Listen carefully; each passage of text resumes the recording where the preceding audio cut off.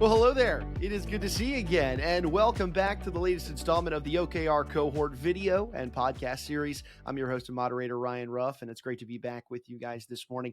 And look, as always, we're going to have our co-founders of OKR Cohort in Miss Denise Canfield and Mr. Nazar Koja joining us, and we're going to be jumping into another big challenge that is facing so many organizations, thought leaders, business owners out there in today's day and age. Denise and Nazar are going to provide a specific solution to this challenge that will allow you to really charge right through the challenge as opposed to maybe sidestepping it or staying within the status quo and allowing your organization to function as is rather than being better for it, if you were to implement this solution. So that being said, let's go ahead and bring Denise and Nazar out here to get right into the conversation. Denise, Nazar, it's good to see you both this morning. How are you doing? Doing great, Ryan. Good to see you as well. Hi, Ryan. Glad to see you too. I appreciate you guys. And hey, always a good time when we get together. Today, we've got a really big challenge that we're going to be unpacking in the video. Nazar, I know this is a big challenge that you've been seeing specifically, within your experiences and working with clients, as well as just out in the world of business as a whole. Frame it up for us. Let's start at a high level for our audience today. Nazar, what is this big challenge you're seeing so many organizations deal with? Ryan, the delivery of your high value products and services too slow for your customers. The organization is not hitting the mark for customers on time, keep up with the customer demands. This is a huge problem that we're finding it in the bigger or a smaller organization. Sure. I mean, you want the high value product. You want to make sure you deliver it on within a timely manner. But let's take one step further, Nazar. Why would you say? Let's get into the why. Why would you say this is such a challenge for so many organizations? So, Ryan, this is actually a challenge for leaders, employees, and customers as well, right?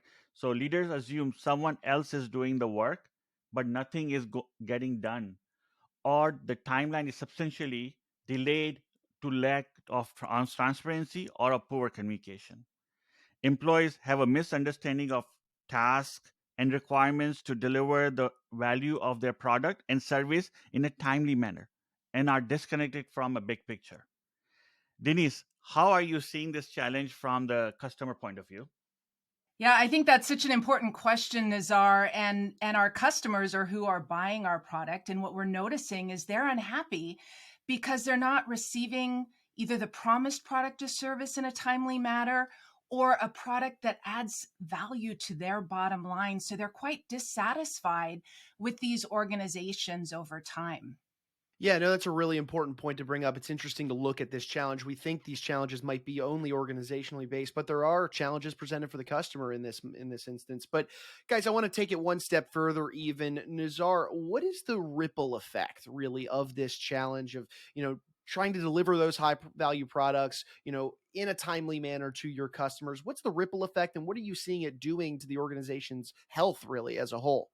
Ryan, there are several ripple effects of this challenge that we identified. Frustration grows for leaders and they become reactive. And as we have discussed before, how they start spending their time in the business rather than on the business. The reactionary approach starts to impact a morale and culture as they become micromanagers. The trust in employees being able to deliver erodes also. And they become overwhelmed because the company is experiencing a lack of credibility in the marketplace and they feel weight on delivery on the shoulders reinforced from the C-suite and board. Ultimately, at the end of the day, they are worried about the losing their jobs. From employees' perspective, employees are usually impacted as well, and they have overall job dissatisfaction and lack of engagement. A lot of them give up and do the bare minimum, which amplifies the issue, also known as quiet quitting, the term that we have been using in a lot these days. The loss of trust in leadership and the organization is also another cause of it, and they start looking for other jobs, and we have a massive turnover. Denise, how you see this challenge impacting customers from perspective? Yeah, Nazar, it's such a ripple effect, right? From not just employees and leaders, as you've said, but with our customers. And we forget how much our customers plan and rely on what we say we're going to deliver, and that what we're planning to deliver will will have value to them and help them. And when that doesn't happen, it leads to a complete erosion of trust with our customers. And that's something that is so hard to build back. And it doesn't just impact that customer, but it leads to that customer leaving negative reviews and impacting our company credibility. So our customers are unhappy. They're telling people they're unhappy. It's like that old hair commercial where you tell two people and they tell two people, but it's in a negative sense. And so our customers are unhappy. The market is hearing that we're not doing what we say we're going to do. So we're losing not just those recurring customers who don't renew with us or don't buy new products with us, but we're also losing potential new customers. And that absolutely impacts our ability to expand, our ability to hit our revenue targets, and our ability to go out in the market and become a leader. Sure thing. I mean, there's no doubt that there is a massive ripple effect with this challenge for organizations. And I think it's always worthwhile for us on this show when we take the problem and flip it on its head, right? What Nazar, what does life look like for an organization if they're able to solve this challenge and they are in fact able to provide those high value products or services in a timely manner and keep customers happy along the way? What does life look like for an organization that's really doing it right? Right? If this challenge is solved, leaders would be so much happier and focused on the right things. They would be spending all their time on the business, ensuring the value based products and services strategy is built and ready to be implemented versus being in the business and micromanaging. They would communicate the strategy and provide clarity and direction for the delivery of the right products and services. They would become proactive on their approach to business operations and enable employees to determine how instead of dictating. They would be in touch with customer and market so they can have a full understanding of customer needs and market demands and can deliver on time. On the inside, the customer, from the employee perspective, the employee would be in the much better place as well, right? They would have alignment to strategy and the customer needs, so they know what customers needs are, and then they can work towards focus on the value of the customer value. They would have how their work contributes to the value of the company and customers. Like I said earlier, they would know the timeline and importance of hitting milestones because the plan is transparent and well known throughout the organization. They would be engaged, empowered, and efficient, who leads to the ownership of the work. Finally, employees would feel trusted and would have mutual trust in the leaders and the organization. Denise, what would customer notice when product delivery is on time? Well, Nazar, I think that trust thing is so important. And our customers, when we're delivering what we say we're going to deliver, trust is built. And they then have a complete satisfaction with the quality and the timeliness of what we are delivering. And they know that what we deliver will have value to them. And if it has value to them, then they're building value in their organization. And of course, they want to continue to work with companies that deliver valuable products. We see clear communication back and forth with our customers, both from the sales perspective, but also from our product and our customer success groups. The customer feels good about their relationship with our company and our company's future, right? We forget sometimes that when a customer buys from us, they are investing their hard-earned money in our organization so that they can build their future. And when we deliver what we promise to deliver, that helps that relationship. They feel great and they feel like they want to continue to invest in our products and our services because we have a true partnership. They also feel great because their wishes and demands, what they've shared with the sales team or the organization over time as they used our products, they see that we're hearing and we're fulfilling those needs for their organization. And of course, for that customer, If we're doing that, then they tell their peers in their industry about how well our organization delivers. And we see that the customer then values accelerated delivery, values the valuable products that we provide, and they're happier with us. So that's a huge impact for our customers.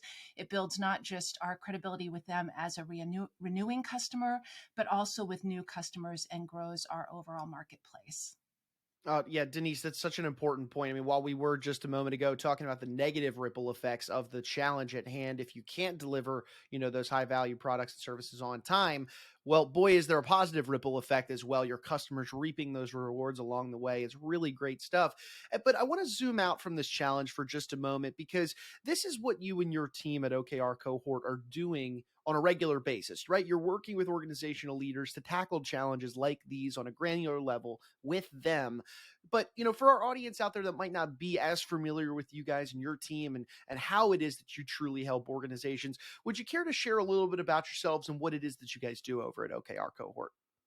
Absolutely, Ryan. And I think the key word here today is trust, right? And leaders trust us to come in and help them solve this problem of accelerating delivery of products or valuable products to customers.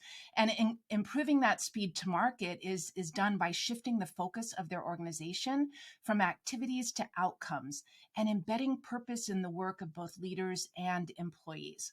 When employees and leaders focus on the right things, we help get people talking about those results instead of the day-to-day tasks. So bottom line, we help get the right shit done, Ryan. And I think that's what's really different about OKR Cohort is consistently with customers that we help them focus on the right thing.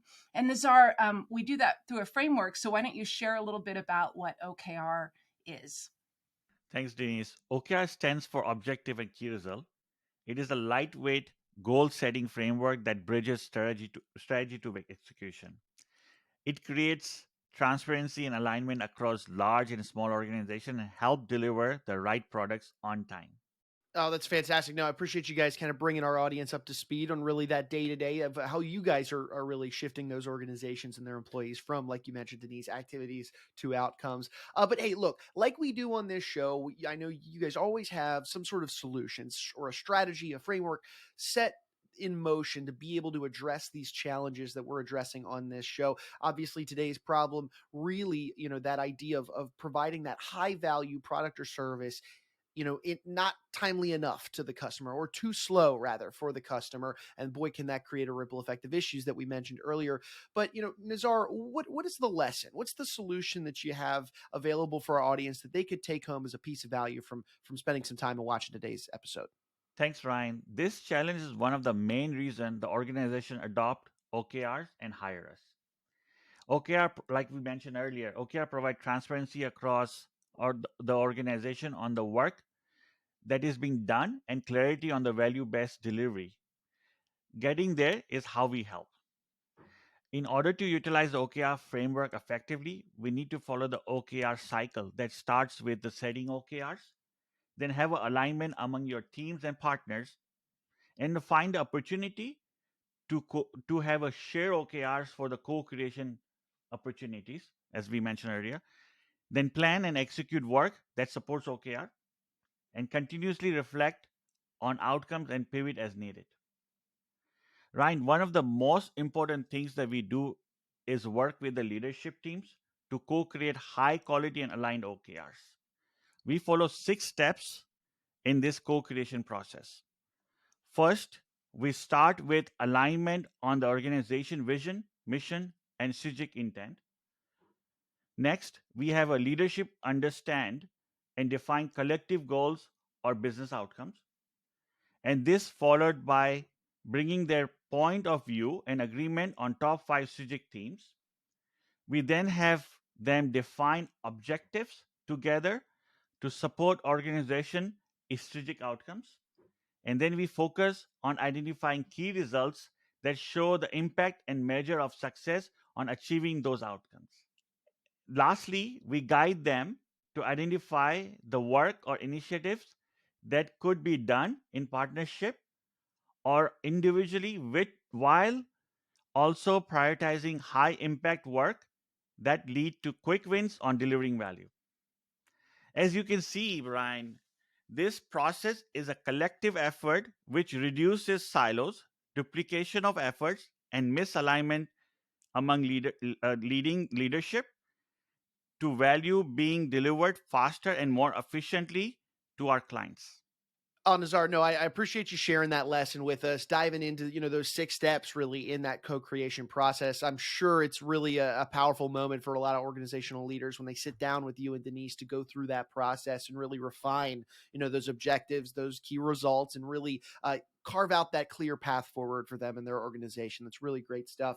But for our audience out there, Denise, I'll throw this next question over to you. They're sitting here, they just heard those 6 steps for the co-creation process. And, I'm sure they're probably thinking, okay, how do I take that and begin implementing that into maybe my own organization? So my question to you, Denise, would be, how can somebody start using this lesson today and making a difference in their organization so that they can really address this challenge of delivering high quality value, high value service and products in a timely manner to the customers? Yeah, Ryan, thank you. I think Nazar did an awesome job in walking through how we help leaders and teams align on accelerating the delivery of value-based products. But it's not easy, right? If it was easy, everybody would just start doing it. And so it's up to leaders now to make a choice, right? Do you want to continue to be a bit complacent and deal with these delays and wrong deliveries and customers being distrustful of your organization? Or do you want to start digging in and take action to accelerate your time to market? And if you're ready to do that, Nazar and I are ready to help you.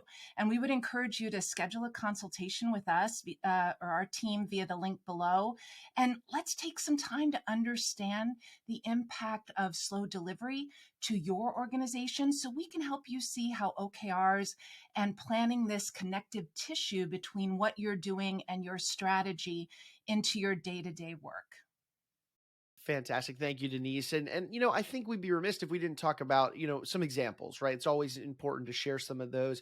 Nazar, do you happen to have any, stories or an example of working with a client to address this exact issue today, that idea of delivering those high value service and products in a timely manner to customers? And maybe you even went through that, those 6 steps of the co-creation process. Any stories or examples you might want to share?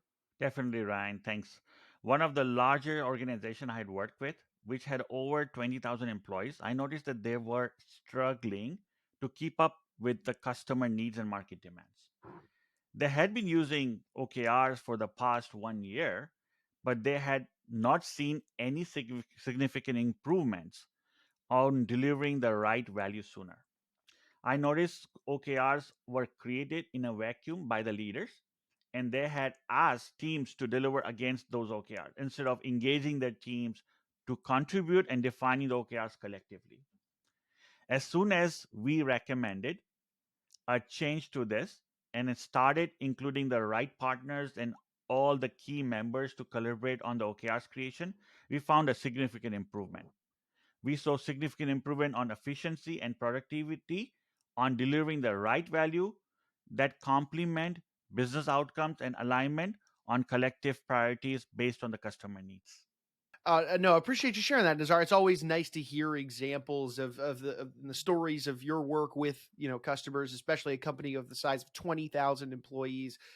Obviously it's a big organization, and to be able to shift, from, like as Denise put earlier, that activities mindset to being an outcome mindset driven organization. Boy, I'm sure that made a very big difference in not just the organization's output, but of course the relationship and the value that they truly deliver to their customers. I love that example. Thank you for sharing that. And guys, before we roll out today, any final thoughts, or really just again, for anybody out there, if they're interested in reaching out to you and your team to just open up a dialogue and see where OKRs might fit within their organization, again, what would be the best way they could go about doing that? Nazar's example is so spot on. And I just want to say, we don't just see that with that one organization with 20,000 people, right? We see this impact on every organization we work with, where when you implement OKRs, you really bring the focus to the right thing. And that could be those large organizations or even small organizations, right? We've worked with an organization with only 28 people, and getting that right focus on the right thing helped turn that organization around. So if you want to see that same accelerated time to market, improvement in efficiency, please click on the link below, grab some time on our calendar so we can start discussing how we could help you solve your specific issues. All right, fantastic, Denise. Thank you so much for that. And hey, look, I really appreciate you both carving some time out from your day to jump on here and dive into this really big challenge. You've got a lot of clients to serve and a lot of organizations to help refine their strategy. So we'll let you get back to doing that. But appreciate you taking the time, and looking forward to being back with you on the next one. Thanks, Ryan. Excellent. Thanks, Ryan. Alrighty, and hey, look, we want to take one final moment, as always, and thank you guys, and that's our audience, for jumping aboard and being with us here on the show today. If you took anything away from today's discussion, maybe you benefited from it in any way, shape, or form, do us a favor and go ahead and subscribe to the show on whichever platform you check this out. That way you never miss out on another episode where we tackle a different challenge, a different problem, really, that's facing so many organizations out there, and how Denise and Nazar charge through that problem with a solution that they implement via OKRs. I mean, boy, we've got a lot of great content for you guys coming. So by subscribing to the show, you'll never miss out on a future episode. Also, feel free to leave a comment or share this information with any friends, family, business owners, anybody that you think would benefit from these types of episodes. So for Nazar, for Denise, I'm Ryan. We're going to go ahead and say so long, but we appreciate you hanging out with us for today's conversation on the OKR Cohort video and podcast series.